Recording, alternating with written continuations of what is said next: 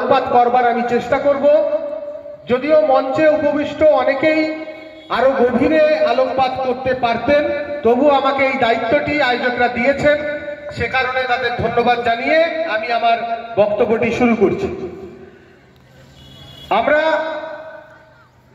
এই বাঁকুড়ার দক্ষিণ প্রান্তে মুকুটমণিপুর, ধোবাডি সহ সংলগ্ন অঞ্চলে 20 থেকে 22টি বনাধিকার শিকার আইন অনুযায়ী গ্রামসভা নিজেদের উদ্যোগে গড়ে তুলেছে। কিন্তু গোটা বাঁকুড়া জেলা জুড়ে প্রায় 700টি গ্রামসভা হওয়ার কথা, এবং এই তথ্যটি সেন্সাস রিপোর্ট থেকে আসছে। 2011 সালে যে সেন্সাস রিপোর্টটি হয়েছে, এই 700টির বেশি গ্রামসভা বাঁকুড়া জেলা জুড়ে হওয়ার কথা থাকলেও আজও অব্দি সরকার 2008-এর 1 জানুয়ারি থেকে আজ 2025-এর 26শে জানুয়ারি অনেকগুলো বছর পেরিয়ে গেলেও তারা ব্যর্থ হয়েছে।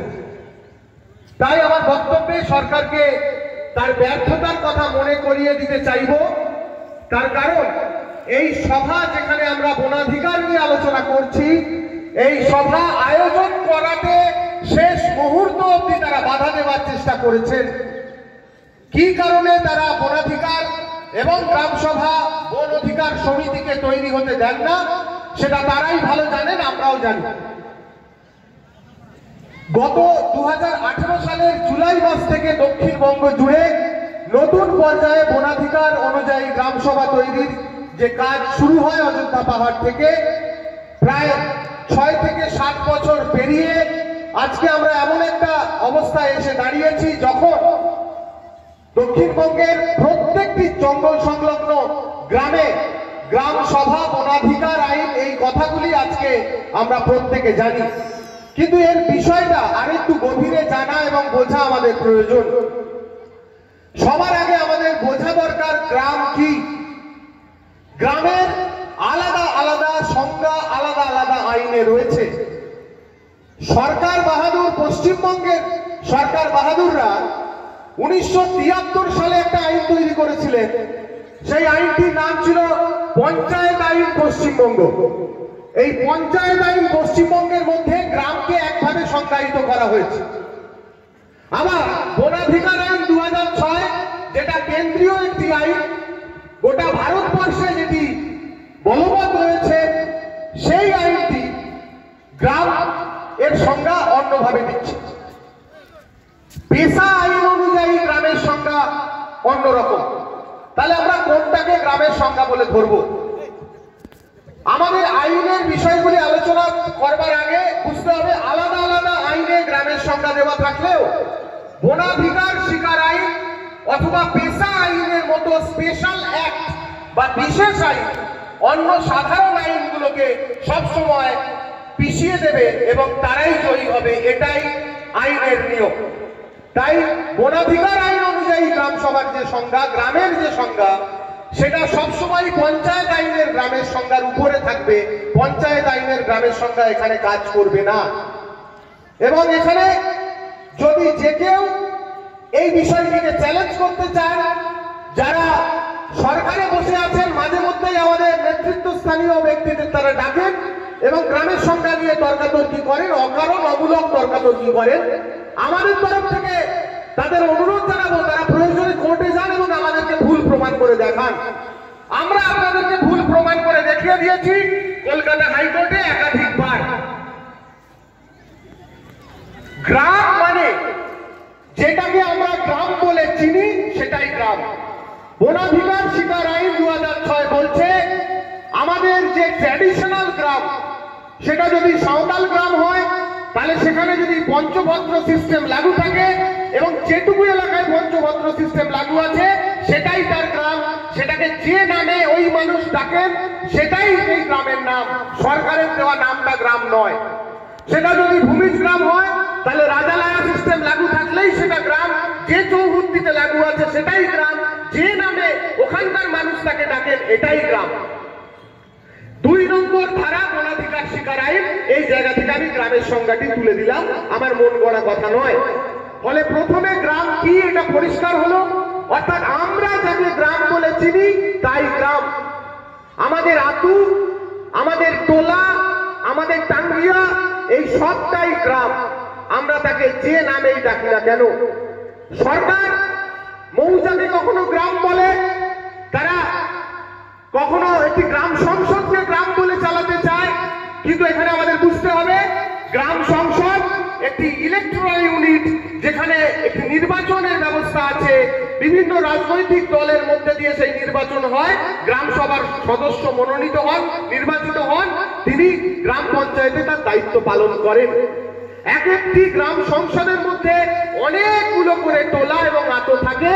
আমাদের মনে রাখতে হবে এই প্রত্যেকটা টোলা এবং আতোতে একটি একটি করে গ্রাম সভা তৈরি করতে হবে আমাদের।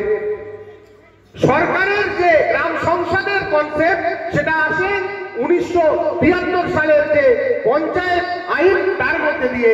আর আমরা আমাদের অধিকার যেখান দিয়ে পাবো সেটা হচ্ছে বনাধিকার আইন 2006, তার মধ্যে গ্রাম মানে যাকে আমরা গ্রাম বলে চিনি তাই গ্রাম। এমনকি সেটা যদি মাত্র 10টা ঘর নিয়ে থাকে তাহলে সেটাই একটা গ্রাম, সেটা যদি 100টা ঘর নিয়ে থাকে সেটাও গ্রাম, 1000 ঘর নিয়ে থাকলে সেটাও গ্রাম। জনসংখ্যাটা গুরুত্বপূর্ণ নয়। এই কথাটার পরে আসি গ্রাম সভা কি। এই যে গ্রাম, তার প্রাপ্তবয়স্ক সমস্ত মানুষ যখন একটা জায়গায় বসছেন সেটি গ্রাম সভা। সেখানে গ্রামের সিংহভাগ অর্থাৎ বেশিরভাগ মানুষ যদি বসেন তাহলে সেটিকেই আমরা গ্রাম সভা বলে মানব। নারী পুরুষ নির্বিশেষে যদি সেই সভাটায় বসেন তাহলে সেটাকেই আমরা গ্রাম সভা বলে মানব। গ্রাম সভা তৈরি করতে হয় না, গ্রামের মানুষের সভাটি হলো গ্রাম সভা। গ্রামের সবাই মিলে বসছেন, গ্রামের ভালো মন্দ আলোচনা করছেন, সেটি গ্রাম সভা। এটিও বনাধিকার শিকার আইনের 2 নম্বর ধারা থেকে তুলে বলছি, আমার মন গড়া কথা নয়। এই প্রত্যেকটি গ্রামে যদি তার সংলগ্ন জঙ্গল থাকে, সেই গ্রাম সংলগ্ন জঙ্গলের ওপর অধিকার, সেই জঙ্গলকে রক্ষা করবার, সেই জঙ্গলকে ব্যবহার করবার, সেই জঙ্গলকে ব্যবস্থাপনা করবার অধিকার এবং আরো গুরুত্বপূর্ণভাবে ক্ষমতা বনাধিকার শিকার আইন অনুযায়ী গ্রাম সভার আছে, অর্থাৎ গ্রামের সকলের আছে, কোনো একজন নেতার নয়। গ্রামের সবাই মিলে গ্রাম সংলগ্ন জঙ্গলে কি হবে কি হবে না, কি করবেন কি করবেন না, এটা ঠিক করবার অধিকার শুধু নয়, ক্ষমতা রয়েছে। এই ক্ষমতাটি কিরকম? আপনারা যদি গ্রাম সভা বসিয়ে একটা সিদ্ধান্ত গ্রহণ করেন, তার একটা লিখিত রেজলিউশন করেন, সিদ্ধান্তটি নথিভুক্ত করেন, তাহলে সেই সিদ্ধান্তকে কার্যকরী করবার জন্য যখন আপনি কাজ করছেন, তখন আপনাকে যদি কেউ বাধা দেয়, এমনকি তিনি যদি পুলিশ থেকে হন, ডিএম এর অফিস থেকে হন, মুখ্যমন্ত্রীর অফিস থেকে হন, এমনকি স্বয়ং প্রধানমন্ত্রীও যদি হন, তিনি একটি গর্হিত এবং অন্যায় অপরাধ করবেন, আপনাকে বাধা দিবেন। আপনি গ্রাম সভার রেজলিউশন নিয়েছেন, মুখ্যমন্ত্রী প্রধানমন্ত্রী এসেও যদি বলে এটি করা যাবে না, তাহলে সেটি প্রিভেনশন অফ অ্যাট্রোসিটিজ অ্যাক্ট অর্থাৎ আদিবাসী এবং দলিতদের উপর অত্যাচার নিবারণ আইন 1989 অনুযায়ী 7 বছর অবধি কারাদণ্ড হতে পারে তার।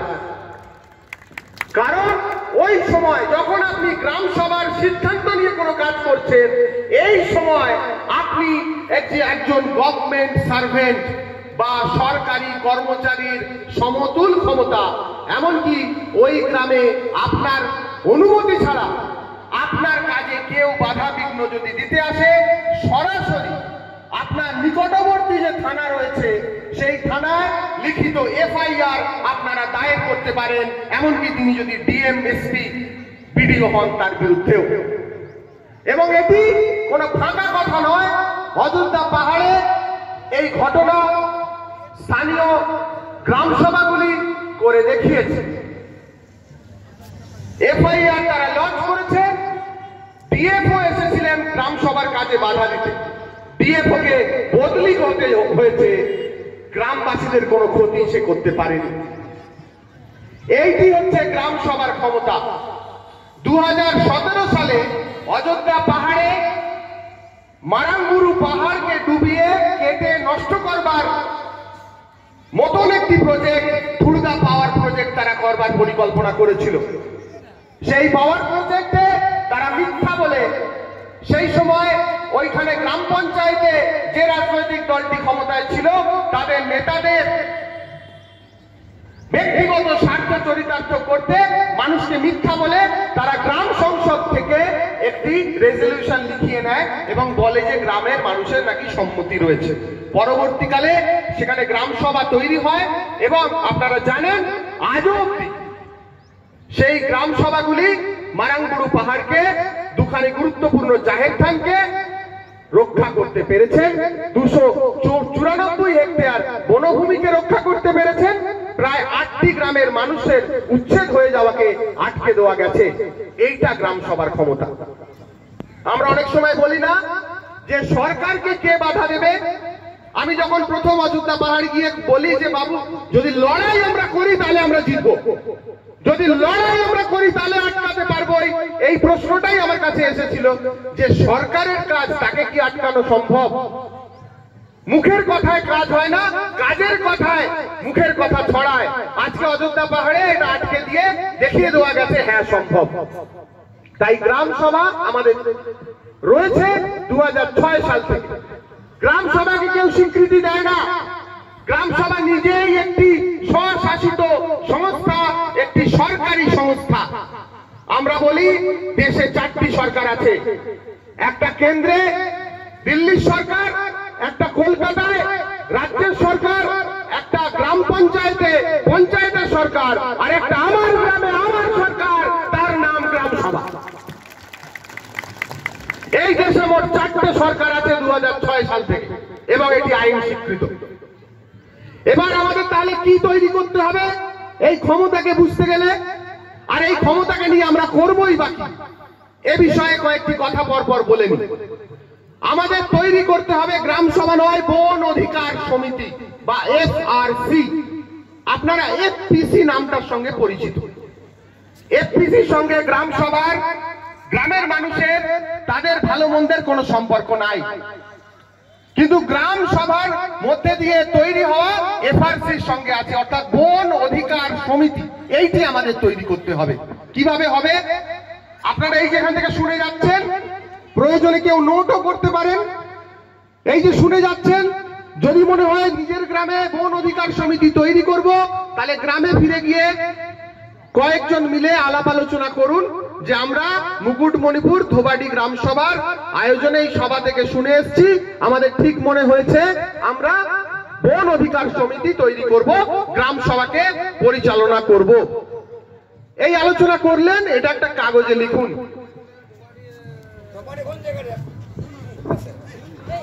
আচ্ছা ঠিক আছে, এই যে সিদ্ধান্তটা নিলেন যে আমরা বন অধিকার সমিতি তৈরি করব, এটা একটা কাগজে লিখুন। কোনো বিশেষ নিয়ম নেই। বিভিন্ন NGO অথবা নানান ভেস্টেড ইন্টারেস্টে লোকে নানান রকমের নিয়ম বলে। আমি একটা মিটিং করেছি, তার মধ্যে উল্লেখ করব আমি কতজনে মিটিংটা করলাম, কোন দিনে করলাম, কোথায় করলাম, তার নিচে আমি আমার সিদ্ধান্তটি লিখবো, নিচে সবাই সই করব। এই মিটিং এ 10-12 জন হলেই হবে। এই মিটিং এ ঠিক করে নিন কোন দিন আপনারা বন অধিকার সমিতি তৈরি করবেন। ধরা যাক 1 সপ্তাহ পরের একটা তারিখ ঠিক করলেন। এই 1 সপ্তাহ পরের তারিখটিতে আমরা বন অধিকার সমিতি আমাদের গ্রামে তৈরি করব। তার জন্য তার আগে 2টি কাজ করতে হবে। এই কাজটা করার ছিল গ্রাম পঞ্চায়েতের প্রধানের, সে করেনি। তাই আমরা গ্রাম পঞ্চায়েতের প্রধানকে একটা চিঠি দিয়ে জানাবো যে এই আইন অনুযায়ী বন অধিকার সমিতি আমরা তৈরি করতে চলেছি, আপনি ওই দিনকে আসুন এবং আমাদের সাহায্য করুন। এইটার একটা রিসিপ্ট কপি নিয়ে আমি নিজের কাছে রাখবো, আর গ্রামের সবাইকে জানিয়ে দেবো অমুক দিনে ওখানে উপস্থিত হন। সেই দিনকে বন অধিকার সমিতি তৈরি হবে, সেই দিনকে সবাই উপস্থিত হলেন। মনে রাখবেন, প্রাপ্তবয়স্ক মানুষের 50% বেশি মানুষকে উপস্থিত হতে হবে। গ্রামের মোট জনসংখ্যা যদি 100 জন হয়, 50-এর বেশি মানুষ যেন উপস্থিত থাকেন এবং সম্মতি দেন। আর মায়েদেরকে আইন অনুযায়ী অন্তত 1/3 ভাগ, 100 100 জনের মধ্যে 33 জন মায়েদেরকে থাকতেই হবে। আমরা আন্দোলনের জায়গা থেকে বলি 50 জন 50-50 থাকুন। এই দিন আমরা এবার তৈরি করব বন অধিকার সমিতি। এই বন অধিকার সমিতিতে 10 থেকে 15 জন থাকতে পারেন। বন অধিকার সমিতির দুটি পদ হবে, একটি চেয়ারম্যান বা সভাপতি, আর একটি হচ্ছে সেক্রেটারি বা সম্পাদক। চাইলে আরো কিছু পদ আমরা তৈরি করতে পারি। এই দুটি পদ আমাদের তৈরি করতে হবে। এই দুটি পদের একটি পদে অবশ্যই মহিলাদের থাকতে হবে, হয় সভাপতি অথবা সম্পাদক। এটা কিন্তু মনে রাখবেন, এটা আইন অনুযায়ী আমাকে মহিলাদের সমান সমান অংশগ্রহণ করাতে হবে। হয়ে গেল আমার বন অধিকার সমিতি তৈরি, এইটুকুই কাজ। এরপরে একটা গুরুত্বপূর্ণ কাজ হলো আমাদের দাবিপত্র। অর্থাৎ এই জঙ্গলটা যে আমার, যেটা আমাকে দিয়ে দেওয়ার কথা ছিল, তারা সেটা করেনি। এই দাবিপত্র তৈরির কাজটি পড়ে থাকবে। আমরা বন অধিকার সমিতি তৈরি করলাম, তার সিদ্ধান্ততে লিখে নিয়েছি এই 10 জন বা 15 জন, তার মধ্যে এই 5 জন মহিলা, এই 10 জন মহিলা, এই 5 জন পুরুষ, এই লিখে নিলাম। সবাই সই করে তার সঙ্গে আরেকটা কথা লিখবো যে আমাদের এই জঙ্গলের ওপর ব্যক্তিগত এবং সমষ্টিগত বনাধিকারের দাবি পূরণের জন্য প্রয়োজনীয় সাহায্য আমরা চাইবো এসডিওর কাছে। কারণ এটা তার কাজ, এটা তার কাজ সে করেনি। কিছুদিন আগে আমরা এই খাতড়া এসডিওর কাছে সেপ্টেম্বর মাসে যে ডেপুটেশনটি দিয়েছিলাম, সেই দিনও তার পরের দিন এসডিও সাংবাদিক সম্মেলন করে আশ্বাস দিলেও এখনো অব্দি সরকারি তরফে বাস্তবত টোলা বা আতস্তরে কোন গ্রাম সভা তারা তৈরি করেনি, তারা করতেও চায় না। তবু এই চিঠিটা আমরা তাকে দেব, একটা কপি রিসিভ করিয়ে নেব। তারা কোনো সাহায্য করবে না, এটা ধরে নিয়েই আমরা এগোবো। কিন্তু এটা কেন দিচ্ছি? তাকে মনে করানোর জন্য, তোমার বেতন তুমি যে জন্য পাও সেই কাজ তুমি করছো না, সেই কাজ করছি আমরা। আমাদেরকে তোমরা পারলে সাহায্য করো, বাধা দিও না। এইটা জানিয়ে দেওয়ার জন্য তাকে এটা জমা দেবে এবং রিসিভ করে আমি আমার কাছে রাখবো। এর পরের কাজটা আরো সহজ। গ্রামের সবাই মিলে বসবো, 3টে ফর্ম হয়, এসডিওরই দেওয়ার কথা ছিল। যদি সেখান থেকে পান খুব ভালো, ইন্টারনেটে অ্যাভেলেবেল আছে, প্রয়োজনে আন্দোলনের সাথীদেরকে যোগাযোগ করবেন, ফর্মগুলি পৌঁছে দেওয়া হবে। ক, খ, গ 3টি ফর্ম আছে। ক ফর্মটি হচ্ছে ব্যক্তিগত, খ এবং গ হচ্ছে সমষ্টিগত। আমরা গ্রাম সভায় বসবো, সেখানে বন অধিকার সমিতির সবাই উপস্থিত থাকবেন। তারা সিদ্ধান্ত নেবেন যে এবারে আমরা আমাদের দাবিপত্রগুলি পূরণ করব। গ্রামের প্রত্যেকটি বাড়িতে এই ক ফর্মটি আমরা ডিস্ট্রিবিউট করব। খুব সহজ ফর্ম, গ্রামের নাম, গ্রাম পঞ্চায়েতের নাম, কজন সদস্য আছেন, কতটা জমি আপনারা ভোগ দখল করেন, ফরেস্ট ল্যান্ড, কোনটাতে বসত বাড়ি আছে, কোনটাতে চাষ করেন, এছাড়া এই ধরনের কিছু বেসিক খুব সাধারণ কিছু তথ্য ওই ফর্মে ভরতে হবে। এবং তার সঙ্গে একটি কাস্ট সার্টিফিকেট, এসটি সার্টিফিকেট এবং একটি ভোটার আইডি কার্ড, এইটুকু হলেই এই দাবিপত্র করা পূরণ হয়ে যাবে। এরপরে খ এবং গ ফর্ম, এটা ভরতে আপনাদের সাহায্য করবে বন অধিকার সমিতি। একটি করে পূরণ করতে হবে গোটা গ্রামের জন্য। গ্রামের পাশে জঙ্গলে যতটা যে এলাকা আপনারা ব্যবহার করেন, সেই এলাকাটি একবার জরিপ করতে হবে। এটি গ্রামে যদি কেউ আমিন থাকেন খুব ভালো, না হলে যারা এলাকার আমিন তাদেরকে ডাকবেন। তারা আপনার যতটা চৌহদ্দি আপনারা দেখাবেন, এই পুরো চৌহদ্দিটাকে জরিপ করবে। গ্রামের মধ্যে থাকা জাহের থান, মাঝি থান, গঙ্গা থান, হারশালি থান অথবা কোনো খেলার মাঠ, এই সমস্ত জায়গাটাকে জরিপ করা হবে এবং একটি হাতে করা নকশা আমরা বানাবো। ওই আমিনই আপনাকে বানিয়ে সার্টিফাই করে দেবে। এই নকশাটি একটি নথি, যেটা